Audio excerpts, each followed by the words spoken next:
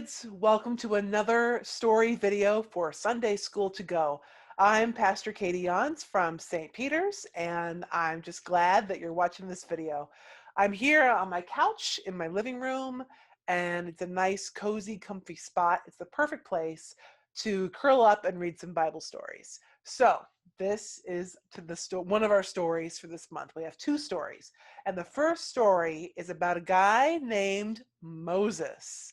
Some of you might know about Moses, but he's a pretty important guy in the Bible. So I'm going to read this story to you. It's actually kind of a couple stories so that you can understand about Moses a little bit more.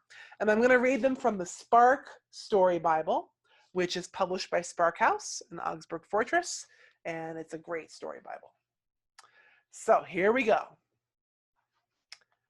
Moses was watching his sheep in the hot, dry desert. Suddenly, he saw a very strange sight. Flames of fire came from a bush, but the bush did not burn up. Moses squinted his eyes. He looked around the bush one way, and he looked around the bush the other way. "Moses! Moses!" said a loud voice. Moses was scared. "Here I am," he said. "Take off your shoes," the voice thundered. "The place where you are standing is holy ground." Moses kicked off his sandals, keeping his eyes on the flaming bush. "I am the God of your fathers," the voice said. Moses hid his face. He was afraid to look at God. "I have heard my people crying in Egypt," God said. "My people are hurting, and I have come to save them." Wow, thought Moses. How will God do this? "Go," said God. "I am sending you to Pharaoh to ask him to let my people go." Now, Pharaoh is the king. I know it's not a word we use a lot, but for them, Pharaoh was the word they used for the king of Egypt, and that is where God's people were at the time. "Me," said Moses. "Who am I to go to Pharaoh? Who am I to lead your people?" He threw himself down on the ground before God, but he kept one eye on the burning bush. "I will be with you," God said. Moses trusted God. He was willing to do everything God said. God gave Moses the words and power he needed to talk to Pharaoh and lead the people out of Egypt. There's a picture of that. Wow. That must have been kind of scary.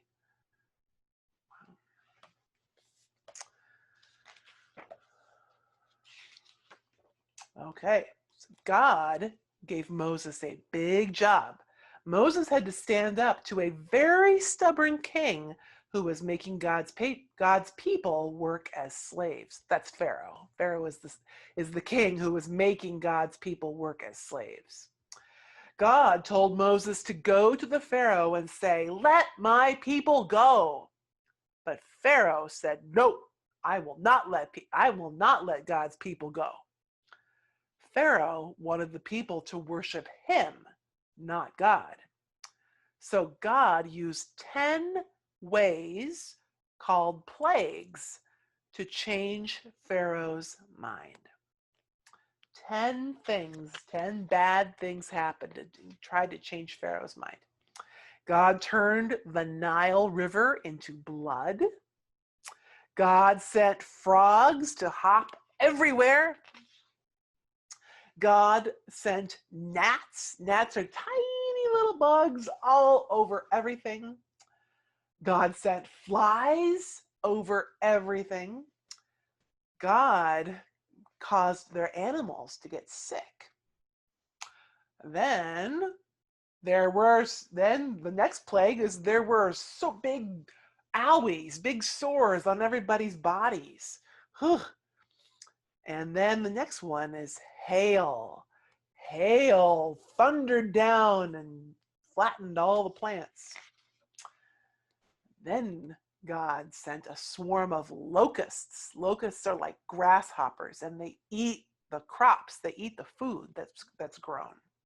So a whole bunch of those came, and then darkness covered the land. And after every one of these, Pharaoh said, "Nope, you're not going anywhere." And the last one was the saddest plague of all. The firstborn in every family, every Egyptian family, died. And there's a whole other story here too called the Story of Passover, which we don't really have time to get into right now, but that is the story of how God's people were safe, how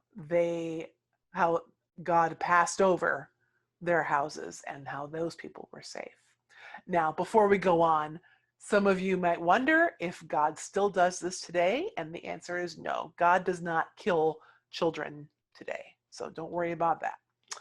But that was the worst one of all, and after that, Pharaoh said, "Go, get out of here." It was a long journey leaving Egypt. The Israelites were leaving and they camped on the shore of the Red Sea. The people were feeling really nervous. Moses squinted into the darkening sky. Had he heard something? Something in the distance? Moses shook his head slowly. He did not trust Pharaoh to keep his promises. "Do you think Pharaoh followed us?" Aaron asked. Moses stood, listening. "We will see," Moses said. "We will see." Well, Moses didn't have to wait too long. Soon, a growing cloud of dust rose up in the distance. A rumble of horse hooves thundered toward the travelers. They could see them clearly now. Hundreds of Pharaoh's chariots charged toward them. Hundreds of soldiers followed with orders to bring the people back. Here's a picture of that. That's kind of scary too, huh? "We're trapped," someone yelled. A strong wind began to blow. Cries went up from the people. "Moses," they shouted, "have you brought us here to die?" "Don't be afraid," Moses told his people. "Stand firm. God is with us." Moses gripped his staff in his hand. "Prepare to move out," he shouted into the wind. "Where, Moses?" Aaron said. "There is no place to go." "Through the Red Sea," Moses said. "God will make a way." Moses stood on the edge of the shore. He raised his right arm. He stretched his staff out over the white waves. The waters trembled and divided. The wild wind roared. Soon a wall of water appeared or stood on the left and on the right.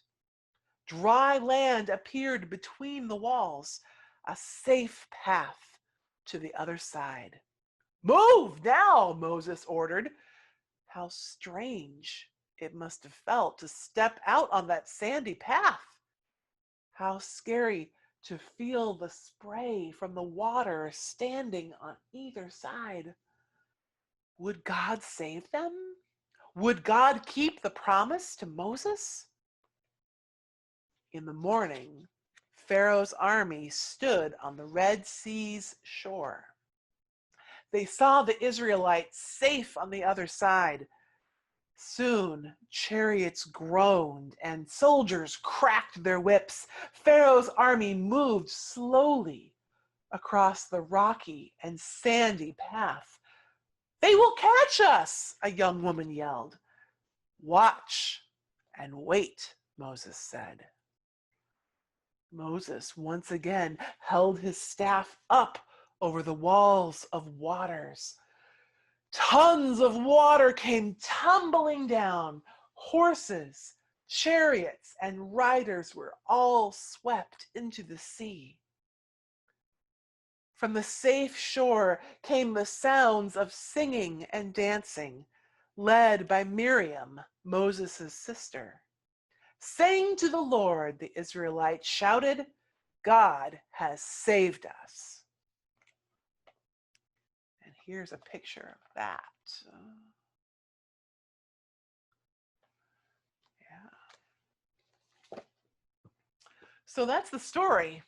It's the story of really the whole story of the Exodus of Moses bringing the people out of Egypt, but it ends with that story at the Red Sea, that story of Moses with God's power, right? Splitting the sea in half. And that's what your craft is today. So in the bag, in the kit of activities that has been dropped off at your house there or been sent to you, there should be in there one that has waves. I believe it actually has Moses with his staff, and it's got the water and the waves.